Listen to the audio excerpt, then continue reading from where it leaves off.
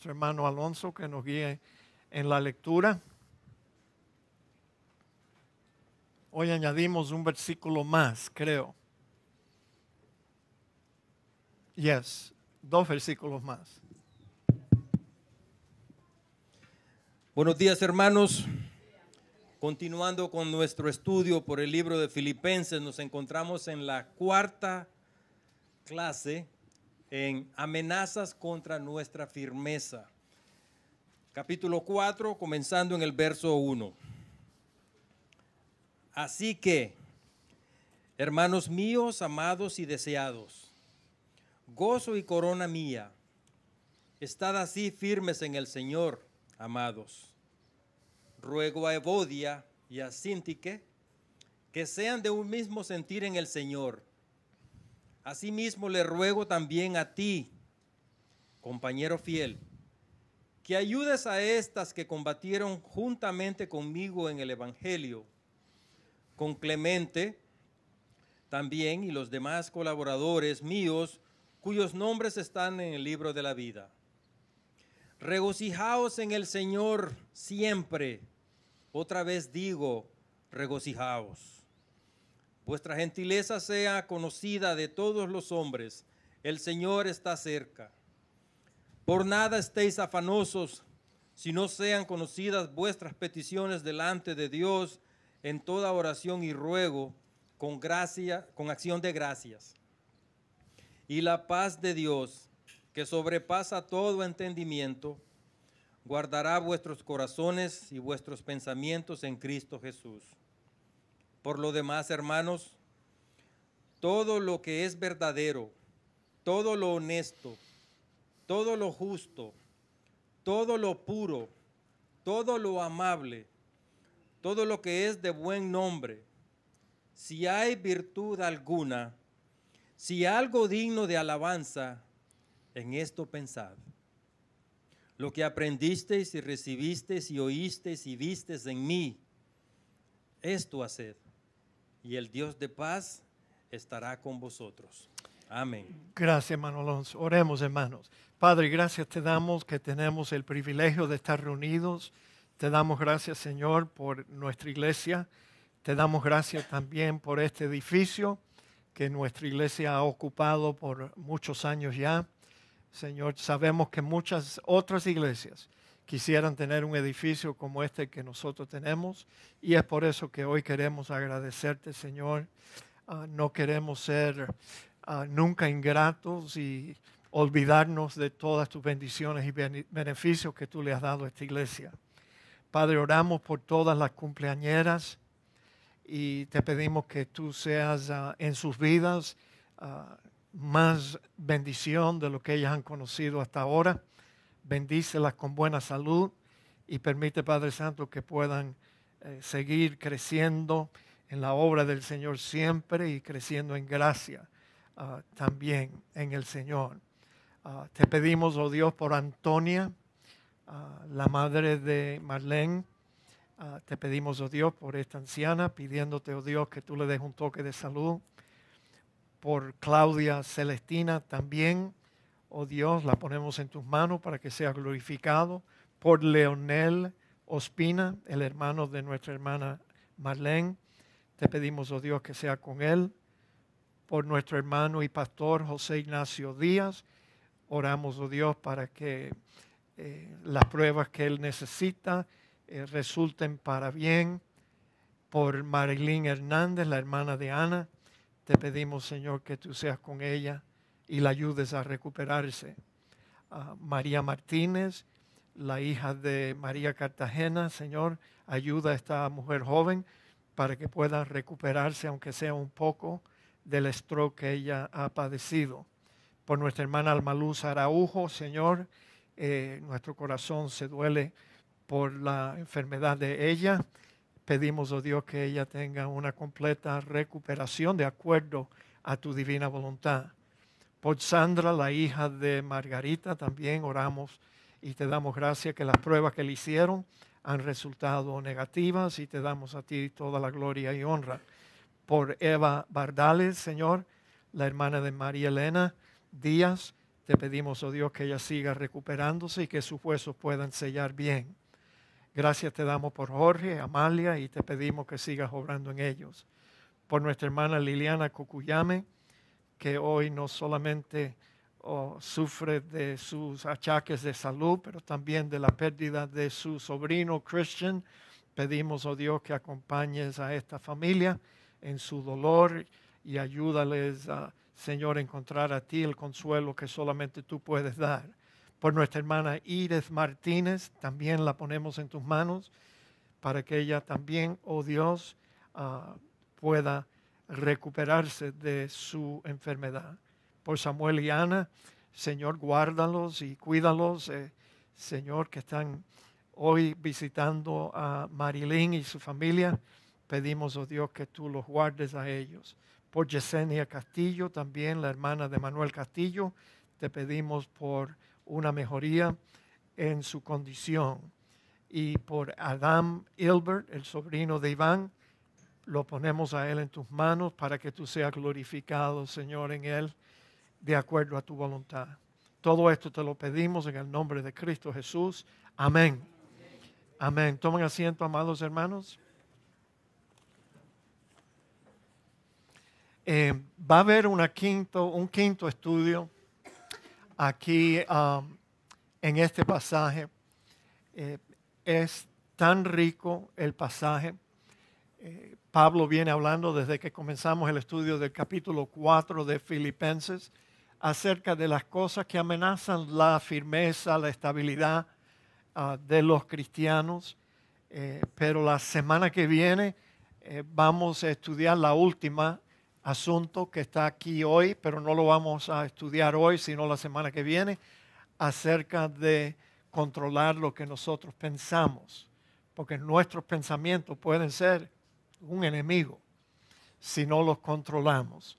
Entonces, amados hermanos, la semana pasada ya esto lo vimos y no vamos a gastar mucho tiempo en este repaso, pero el apóstol Pablo estaba siempre preocupado por todas las iglesias. Se preocupaba que los hermanos estuvieran fieles y firmes en la fe siempre. Y ya vimos tres cosas que estorban y amenazan la firmeza de los cristianos.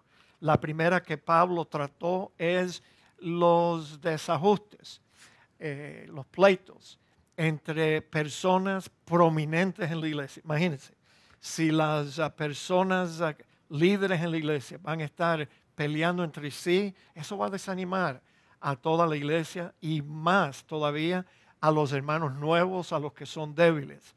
Vimos ya también que la falta de gozo en la vida personal de los cristianos es un asunto que también puede afectar. Y es por eso que Pablo los manda a regocijarse en el Señor. Siempre podemos encontrar gozo, no en nosotros mismos, pero en el Señor, en aquel que tenemos dentro de nosotros. Podemos encontrar regocijo en Cristo. Digan amén. La semana pasada vimos acerca de la gentileza y enseguida nos dimos cuenta cuando salimos de la iglesia cuán fácil es fallar en la gentileza. Yo fallé el domingo pasado después de predicar. Y entonces tuve que levantar el teléfono y pedirle perdón a una persona que no la traté bien. Tú sabes, a veces sin querer nosotros herimos con nuestras palabras. Y entonces la gentileza del pastor se le fue para el piso. Yo quería que ustedes lo supieran. Para quitarles la idea esa que tienen alguna gente que el pastor es perfecto. No, yo estoy en la misma lucha junto con ustedes y bueno, regáñenme si algún día ustedes me ven fuera de base. Yes. Ahora, fíjese, las primeras tres, con la excepción quizás del gozo, las primeras son cosas que nosotros hacemos que estorba, amenaza la firmeza en otras personas. De aquí en adelante vamos a ver lo que nosotros hacemos que amenaza a nosotros mismos, nuestra propia firmeza. Y entonces la cuarta cosa que vamos a estudiar hoy es el afán y la ansiedad. Eso es algo que nosotros mismos nos hacemos, que realmente no depende, pudiera, pero realmente no depende de otra persona. El afán, la ansiedad. Pablo escribe, por nada estéis afanosos, sino sean conocidas vuestras peticiones delante de Dios en toda oración y ruego con acción de gracia. Y la paz de Dios, que sobrepasa todo entendimiento, guardará vuestros corazones y vuestros pensamientos en Cristo Jesús. El afán es descrito en los diccionarios, igual que es descrito en la Biblia. El afán puede ser algo bueno o puede ser algo malo. En nuestro texto en Filipenses, claro, estamos viendo la forma negativa del afán. Pero fíjese, el afán es descrito en el diccionario Larousse usual como trabajo excesivo y solícito. Cuando yo leí eso, pensé en mi hijo José. La semana pasada, mi hijo trabajó 91 horas en una semana. 91 horas. Bueno, su jefe estaba de vacaciones y después cuando regresó tuvo un caso de neumonía, lo tuvieron que hospitalizar. Entonces mandaron a José que tenía que coger sábado y domingo libre. Ayer lo cogió libre. Hoy a las 5 de la mañana ya lo estaban llamando porque había un problema en la tienda y necesitaban que regresara.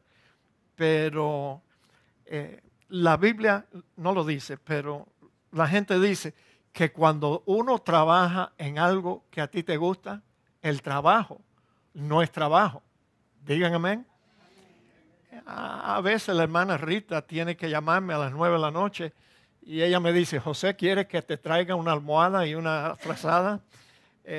¿Tú piensas quedarte en la iglesia? A las 9 de la noche yo todavía estoy aquí en la oficina. Pero para mí eso no es trabajo, señores, porque estamos haciendo lo que nos gusta. Nos gusta. Y bueno, mi hijo padece de eso también. Afanar, el verbo de afán, es entregarse al trabajo con solicitud, hacer diligencias para conseguir algo. Esa es la forma que los diccionarios lo describen. Pero fíjense, ansiedad siempre tiene una connotación. Hermana Delia, ¿esa palabra está bien deletrada? No estaba seguro. ¿Connotación o connotación? Ok. Jorge. Connotación. Ok. En inglés se escribe con 2 N's. Entonces por eso utilizamos 2 N's. Pero fíjense, la ansiedad es inquietud del ánimo, angustia que acompaña algunas enfermedades. Yes, especialmente las enfermedades prolongadas producen ansiedad. Y se relaciona, la palabra ansiedad se relaciona con angustia, congoja, aflicción, preocupación en extremo. Así que no es algo bueno. La mejor Biblia que tenemos aquí en nuestro estudio es the English Standard Version. Y the English Standard Version traduce el pasaje que estamos estudiando en Filipenses, no utiliza la palabra afán, sino que utiliza la palabra ansiedad. Ansiedad. La versión de la Biblia, Dios habla hoy, también tradujo este pasaje en Filipenses diciendo, no se afligen por nada. Es una aflicción, tú sabes. Y casi siempre es algo que nosotros nos hacemos dentro de nosotros mismos. Bíblicamente, el afán puede referirse a algo bueno o a algo malo. Quiero mostrarle algunos ejemplos. En el sentido negativo, aquí tenemos 2 pasajes que son lo mismo. El que fue sembrado entre espinos, este es el que oye la palabra, pero el afán de este siglo, el engaño de las riquezas, ahogan la palabra y se hace infructuosa. En Lucas, el mismo pasaje, dice la que cayó entre espinos, estos son los que oyen, pero yéndose son ahogados por los afanes y las riquezas y los placeres de la vida y no llevan fruto. Ahí vemos que el afán aquí es algo negativo, estorba nuestro compromiso y nuestra firmeza en el Señor. Yo estoy tratando de hacer algo para quitar el ruido, el popping noise. Ahí, ¿lo oyeron? A mí me molesta, pero bueno, no sé lo que lo está produciendo. Ahora, fíjense, otro ejemplo negativo en Lucas 21:34. Mirad también por vosotros mismos que vuestros corazones no se carguen de glotonería, embriaguez, de los afanes de esta vida, y venga de repente sobre vosotros aquel día, refiriéndose a la venida del Señor Jesucristo, por la iglesia. Entonces, un ejemplo bueno de afán lo tenemos aquí en segunda de Tesalonicenses, que dice, porque vosotros mismos sabéis de qué manera debéis imitarnos, pues nosotros no anduvimos desordenadamente entre vosotros, ni comimos de balde el pan de nadie, sino que trabajamos con afán y fatiga.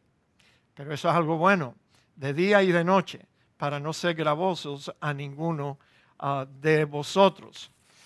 Una palabra acerca de el evangelio equivocado de riquezas y prosperidad. Yo no sé cómo la gente le pone oído cuando la Biblia habla tan claramente que no debemos de hacernos de tesoros aquí en la tierra, sino en el cielo. Y aquí vemos que en Proverbios 23:4-5 también dice, no te afanes por hacerte rico, sé prudente y desiste. Has de poner tus ojos en las riquezas, siendo ningunas, porque se harán alas como alas de águila y volarán al cielo. Así que no recomendamos el evangelio de prosperidad.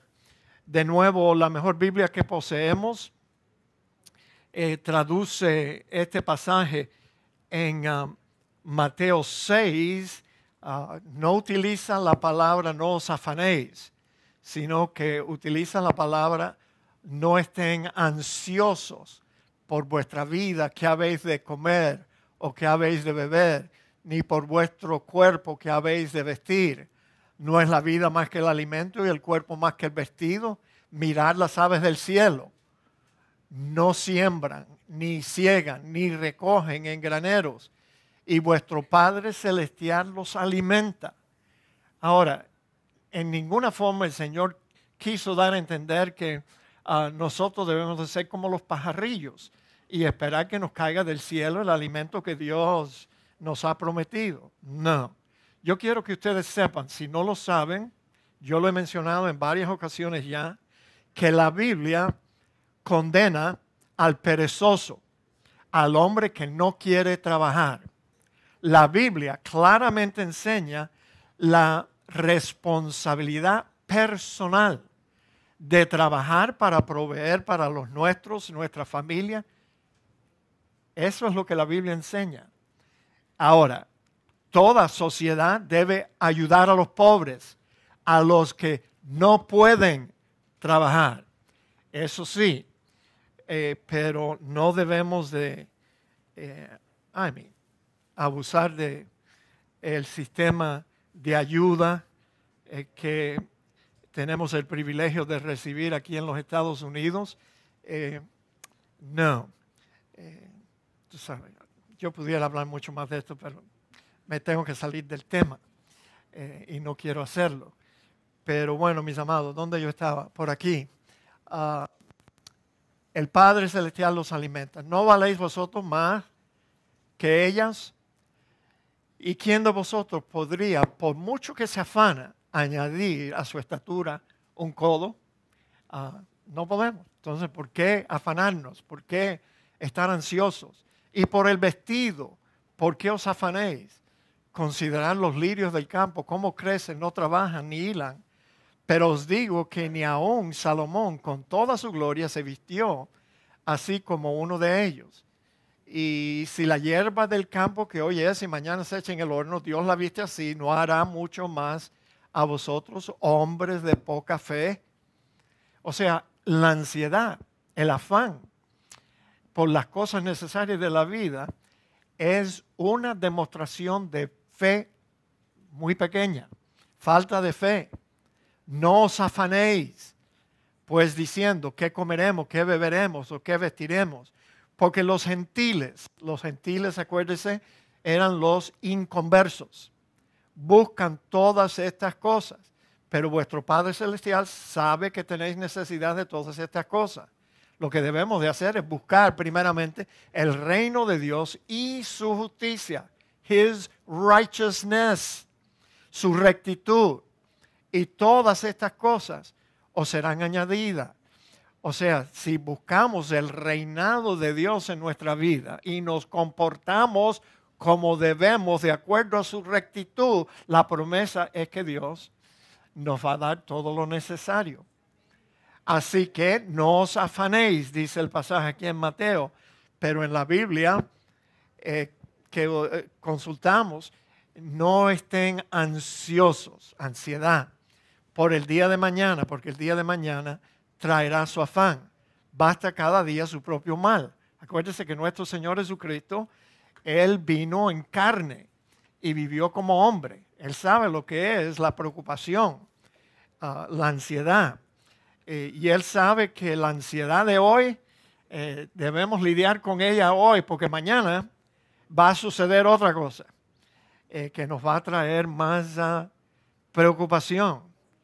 También de English Standard Version. Mira, la Biblia buena, esta versión lamentablemente no está en español, pero de English Standard Version es la mejor Biblia que me han recomendado por la gente que sabe y traduce, fíjate, nuestro texto, el que estamos estudiando hoy, por nada estéis ansiosos, si no sean conocida vuestra petición delante de Dios en toda oración y ruego, con acción de gracia, etcétera, etcétera. Ahora, según también las anotaciones de John MacArthur, él tiene una Biblia de estudio que utiliza the English Standard Version, la mejor Biblia de estudio que John MacArthur ha producido. Dice que la ansiedad, John MacArthur dice que la ansiedad es una demostración, no solamente de falta de fe, pero una demostración de falta de confianza en Dios. Así que es un pecado, esa ansiedad excesiva. Los creyentes, por tanto, no deben estar ansiosos ni temerosos y mucho menos no debemos de dejar que la ansiedad nos cause vacilación en nuestro compromiso con el Señor. No debemos desmayar, sino permanecer fuertes y firmes en el Señor. Como aquí el salmista escribe, aguarda a Jehová, esfuérzate y aliéntese tu corazón. Sí, espera a Jehová. Este salmo tiene ambas cosas. Primero dice, esfuérzate, haz lo que tú puedas para resolver tus problemas. Yes, pero cobra ánimo, aliéntese tu corazón, sí, y espera en Jehová. Los que confían en Jehová son como el monte de Sión, que no se mueve, sino que permanece para siempre. Ese monte ha estado siempre y va a estar siempre allí. Y debemos de ser como el monte de Jehová. Los que confían en Jehová son como ese monte. Pero lamentablemente muchas veces los creyentes parece que se nos olvida lo que ya conocemos acerca de nuestro Dios cuando enfrentamos problemas y pruebas en nuestra vida. Y lo que pasa es que perdemos nuestra confianza en Él. Perdemos también el dominio propio, la estabilidad espiritual y muchas veces retrocedemos en pecados. Y esa no es la forma de responder ante los problemas. Hasta los creyentes más fuertes y más maduros pueden tener un desliz de vez en cuando. Le pudiera pasar a un pastor, escuche bien, a un pastor, a un diácono o hasta el miembro más maduro de la congregación. Por eso la Biblia nos dice que nosotros somos un solo cuerpo y cuando un miembro del cuerpo recibe honra, todos nos gozamos. Pero cuando un miembro está enfermo o tiene un problema, el resto de nosotros debemos de darle ánimo. Así que si algún día yo le ruego, usted me ve a mí vacilando entre la ansiedad y el temor, por favor recuérdeme lo que yo les he predicado a ustedes. ¿Ve? Eso me va a hacer despertar. Dígame, practique lo que usted predica, pastor. Usted no nos ha enseñado a nosotros que Dios es soberano y que Dios está en control. Entonces, dele gracias a Dios por esta prueba, pastor. Ahora le ha tocado a usted. Pero de veras, le puede pasar a cualquiera. Debemos recordar las palabras del salmista: ten misericordia de mí, oh Dios, ten misericordia de mí, porque en ti ha confiado mi alma, y en la sombra de tus alas me ampararé hasta que pasen los quebrantos. ¿Ve? Eso es lo que debemos hacer. Clamaré al Dios Altísimo, al Dios que me favorece. Él enviará desde los cielos y me salvará. Dios enviará su misericordia y su verdad. Y con este salmo pasamos pues a la segunda parte de nuestro estudio de hoy, que es acerca de cómo debe un cristiano reaccionar ante los problemas grandes, las pruebas grandes. Bueno, en vez de dejar que la preocupación y la ansiedad nos agarre, debemos hacer lo que Pablo recomienda en este pasaje. Pablo dice: por nada estéis afanosos o ansiosos, sino sean conocidas vuestras peticiones delante de Dios en toda oración y ruego con acción de gracias. Mis amados hermanos, la oración y la gratitud son el mejor antídoto contra la preocupación y es el mejor remedio para la ansiedad. Cuando Dios ve que nosotros tenemos un corazón sometido a Él, confiamos en Él y le damos gracias a Dios, como la Biblia nos enseña. Por todo siempre debemos de dar gracias. Pues entonces, mis amados hermanos, que nunca salga de nuestra boca una queja contra Dios, como lo sucede con muchos cristianos que dicen: ¿por qué tú me haces esto a mí? Oye, eso es una demostración clara de cuán soberbios somos. Soberbios. Oh, no, a mí no, tú no me vas a hacer así. ¿Por qué? ¿Por qué me pasan a mí estas cosas? No. Las primeras palabras que deben salir de nuestra boca deben ser: gracias te doy por este problema. Y vamos a enfrentarlo de esa forma, con acción de gracias. En lugar de abrigar un espíritu de rebelión contra lo que Dios está permitiendo en nuestra vida, los creyentes debemos de humillarnos. Muchas veces los problemas son la forma que Dios agarra nuestra atención para que nos demos cuenta cuán soberbios somos, amados hermanos. Por ejemplo, en este pasaje, fíjate, que tiene que ver con la ansiedad, lo primero que Pedro nos manda a hacer es humillarnos bajo la poderosa mano de Dios. ¿Ve? De vez en cuando Dios tiene que poner un dedito encima de nosotros y hacer un poquito de presión así para abajo, para que nosotros nos demos cuenta que Dios nos está tratando de enseñar algo. Humillaos pues bajo la poderosa mano de Dios para que Él los exalte cuando fuera tiempo. Y el tiempo nuestro no es el mismo tiempo de Dios. Nosotros vivimos en una sociedad de microwave y queremos que Dios nos resuelva y nos quite nuestros problemas así. No, humíllate, humillaos todos nosotros bajo la poderosa mano de Dios, echando toda vuestra ansiedad sobre Él, porque Él tiene cuidado de vosotros. Sí. ¿Conocen ustedes la historia de Job? Ay, ese hombre, qué tremendo hombre de Dios fue Job. La prueba que Dios puso en su vida, nosotros nunca hemos tenido que vivir algo así.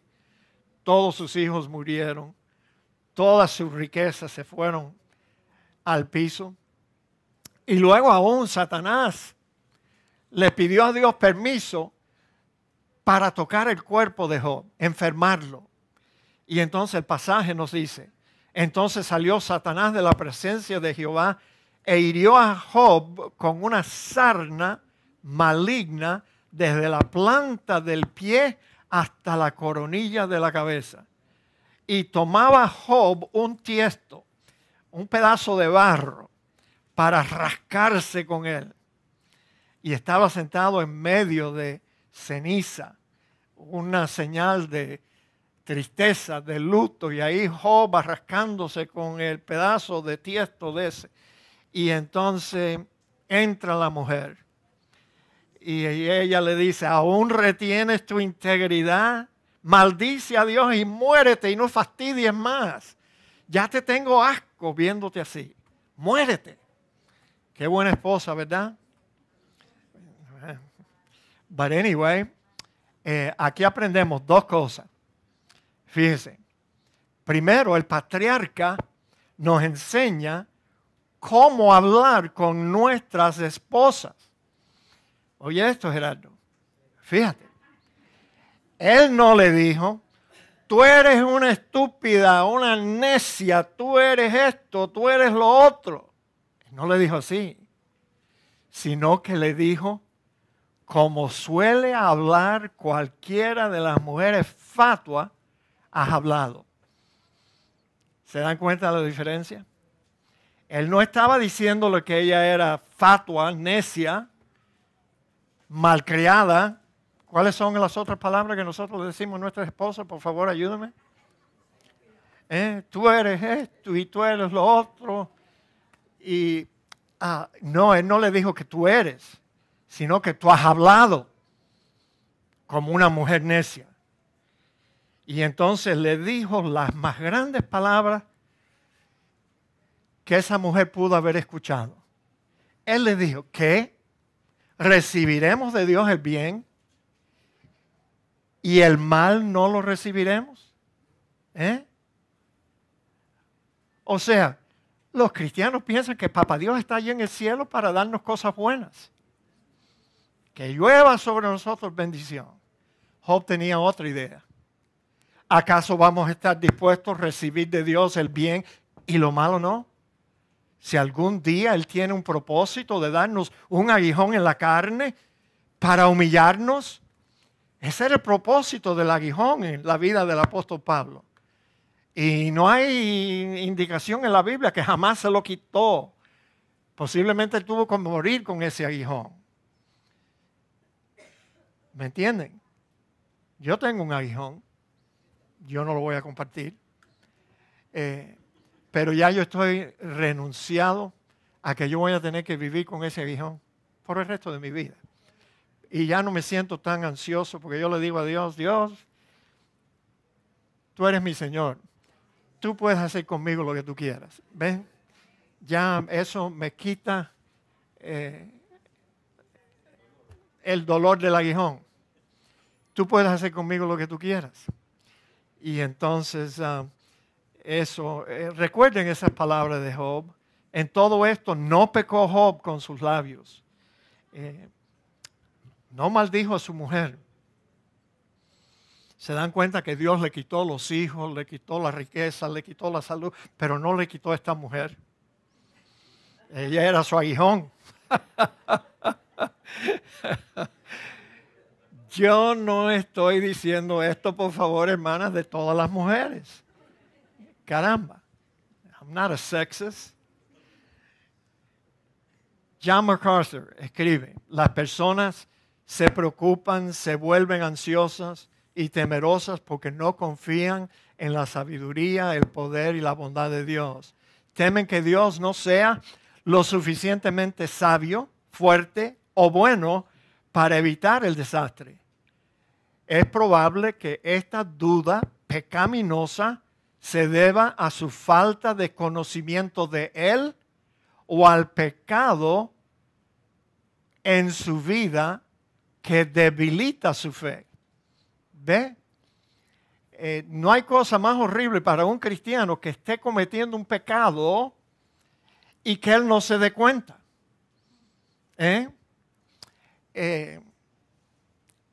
Como dijo el salmista, guárdame de los pecados que me son ocultos. Y sabe, cuando los cristianos tenemos un pecado así, que estamos mal, estamos haciendo algo mal, Dios tiene que agarrar nuestra atención de alguna forma. Entonces ahí es donde Dios tiene que poner su poderosa mano sobre nosotros, a ver, porque ¿sabe qué? Dios siempre sabe lo que nos duele o dónde nos duele. Y Él nada más que, tú sabes, tiene que hacerlo. Porque si no vamos a seguir pecando y nunca nos vamos a reconocer que estamos en pecado, nunca nos vamos a arrepentir, nunca vamos a abandonar el pecado que está debilitando nuestra fe. John MacArthur también continúa diciendo, la oración de gratitud libera del temor y el afán, porque afirma el control soberano de Dios sobre cada circunstancia y la verdad de que su propósito es el bien del creyente. Todas las cosas, dijo Pablo en Romanos, ayudan a bien a los que aman a Dios y son llamados conforme a su propósito. Entonces debemos de mirarlo de esa forma. Dios está en control.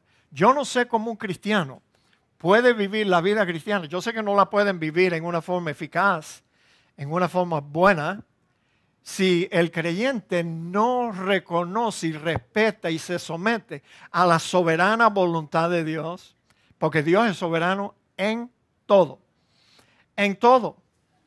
Entonces tenemos que aprender esa lección. Dios es el que manda. Dios está en control, no nosotros mismos. Mis amados hermanos, la mayoría de los cristianos, yo creo, en la calle, piensan que el cristiano puede controlar a Dios por medio de la fe. Y entonces por eso viven en problemas y nunca van a conocer la paz de Dios que sobrepasa todo entendimiento, porque ellos piensan que yo solo tengo que agarrar la herramienta adecuada, la fórmula adecuada. Yo oigo a gente hablando así en la radio. Tú tienes que aprender. Tú sabes, cómo obtener lo que tú quieres de Dios. Sigue pensando así. Y no solamente nunca vas a obtener lo que tú quieres de Dios, pero tú nunca vas a conocer a Dios. No lo vas a conocer como tú debes de conocerlo. Yo no sé cómo un cristiano puede vivir la vida cristiana sin abrazar la doctrina de la soberana elección y predestinación de los que se salvan. ¿Cómo pueden vivir? Yo no sé. Yo viví un corto tiempo en mi vida cristiana que yo estaba luchando con esa doctrina porque yo la veía en la Biblia, pero no sabía si yo debía de abrazarla. Hasta que un día le fui a preguntar a mi pastor, porque mi pastor era un calvinista de esos wishy-washy, ¿tú sabes? Como el niño que le dijo a su mamá, mami, yo creo que esa cucaracha es gay, le dijo el muchachito a su mamá. ¿Cómo? Le dijo la madre.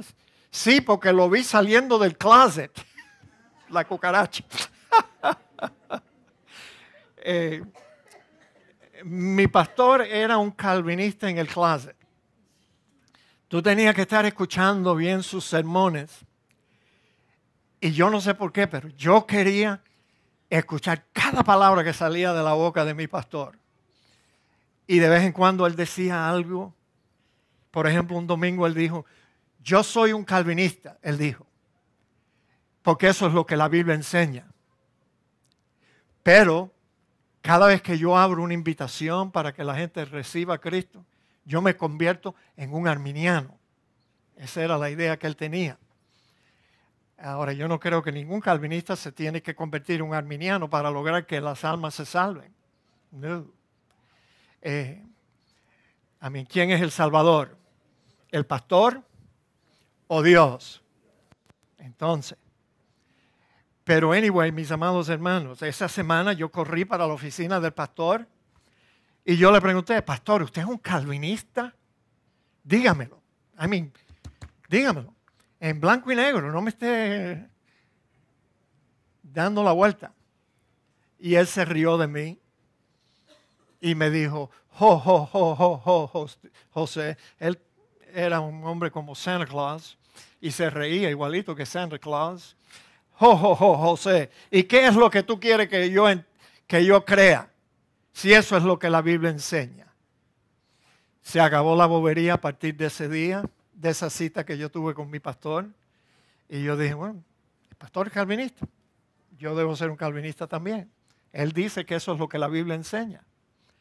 Y entonces, mis amados hermanos, cuando nosotros comenzamos esta iglesia, hace 35 años atrás, ya yo había estudiado la doctrina de elección y predestinación with John MacArthur Jr. Y Dios lo utilizó para ponerle la tapa al pomo. Si usted estudia John MacArthur y lo que él ha escrito acerca de elección y predestinación, usted va a terminar creyendo en esa doctrina. Entonces, cuando nosotros comenzamos esta misión en la sala de nuestra casa, mis amados, yo decidí que yo no me iba a meter en el closet. ¿Por qué? Si eso es lo que la Biblia enseña. No. Y ya yo estaba viendo los beneficios en mi propia vida de esa soberanía de Dios. Entonces decidimos que en esta iglesia nosotros íbamos a enseñar lo que la Biblia enseña. Olvídate de lo que la gente piensa y cómo me costó problemas a mí. Cada vez que predicábamos acerca de elección y predestinación, alguien se ponía bravo conmigo. Alguien se iba de la iglesia. Pero, o enseñamos la verdad o quieres que te predique de los muñequitos que salen en el periódico el domingo. ¿Qué prefieren? All right. Entonces, le doy gracias a Dios que nos guió a ese estudio. ¿Sabía usted que Dios a veces nos tiene que romper, quebrantar, hasta a veces nos tiene que moler para que aprendamos lo que desconocemos? Sí, para que aprendamos a confiar en Él, para que aprendamos grandes verdades, las grandes verdades de Dios. No vienen fácil, no. Casi siempre la aprendemos cuando estamos al fin de nuestra soga. Ahí es cuando Dios nos quebranta. ¿Por qué nos tiene que quebrantar Dios para que aprendamos? No le busque otra vuelta. Es por nuestra soberbia, nuestro orgullo. Entonces Dios tiene que aplicar su mano poderosa sobre nosotros. Si no, de otra forma, no aprendemos. Ahora, cuando respondemos ante los problemas, las enfermedades, las tormentas, con peticiones, oraciones y ruegos, en plena confianza, entonces, ¿sabe lo que vamos a experimentar? La paz de Dios que sobrepasa todo entendimiento. Qué bueno, eso es lo opuesto a la ansiedad. Tú sabes, la paz de Dios que es tan buena, tan profunda, entra, inunda nuestras almas con esa tranquilidad interna que tanto deseamos, que tanto necesitamos. Isaías dijo, tú guardarás en completa paz a aquel cuyo pensamiento en ti persevera, porque en ti ha confiado. Confiar en Jehová perpetuamente, porque en Jehová el Señor está la fortaleza de los siglos, señores. Confianza en el Señor. El verdadero reto entonces en la vida de un cristiano no es de eliminar cada circunstancia desagradable que viene a su vida, sino de confiar en medio de cada dificultad en el buen propósito que Dios tiene en permitir esas pruebas. No dice que a los que aman a Dios, todas las cosas le ayudan a bien. Entonces esperemos con ese buen propósito, en ese buen propósito, que un día nos daremos cuenta. Por eso Dios me humilló. Por eso yo tuve que aprender a la fuerza lo que no estaba dispuesto a aprender a las buenas. Entonces, mis amados hermanos, Pedro nos dice, mas el Dios de toda gracia, que nos llamó a su gloria eterna en Jesucristo, después que hayáis padecido un poco de tiempo, Él mismo os perfeccione, afirme, fortalezca y establezca. A Él sea la gloria y el imperio por los siglos de los siglos. Amén. Amén. O sea, Dios aprieta, pero no ahoga. No, mis amados hermanos. Entonces, cuando hayamos padecido, cuando Dios ha logrado su propósito, entonces Él afloja su mano sobre nosotros. Los creyentes que le honran confiando en Él experimentan las bendiciones de su perfecta paz. Cuando los creyentes gozan de la paz de Dios, esa paz los guarda de ansiedad, de duda, de preocupación. La paz de Dios guarda y protege a los creyentes que confían plenamente en Él. Tenemos que llegar todos los días, mis amados hermanos, en la cual miramos hacia arriba y le decimos a Dios, Dios, sobre todo lo que yo he aprendido acerca de ti, yo he aprendido que tú eres un Dios soberano y que tú estás en control. Mi vida está en tus manos. Tú puedes hacer conmigo lo que tú quieras. Amén. Y le vamos a dar gracias, ¿no es cierto? Ahora fíjese, por último, una vez más, Pablo en este pasaje, desde que empezamos a aprender lo que amenaza nuestra firmeza, Pablo nos recuerda que la verdadera paz, igual que el verdadero gozo, no proviene de nosotros o de una fuente humana, sino solo está en Cristo Jesús. La paz está en Él, el gozo está en Él, la salvación está en Él, su socorro está en Él. Mis amados hermanos, que Dios les bendiga. Oremos. Padre, gracias te damos por lo que hemos aprendido hoy. Ayúdanos a recordar estas cosas que son sencillas y que ya las sabemos, pero que pronto se nos olvidan, Señor. Te damos gracias que tú eres un Dios soberano y que no son nuestras circunstancias las que gobiernan este mundo o nuestras vidas, sino que tú estás detrás de todo lo bueno y malo que tú permites en nuestras vidas, igual que hiciste con Job. Queremos conocerte más. En el nombre de Cristo te lo pedimos. Amén.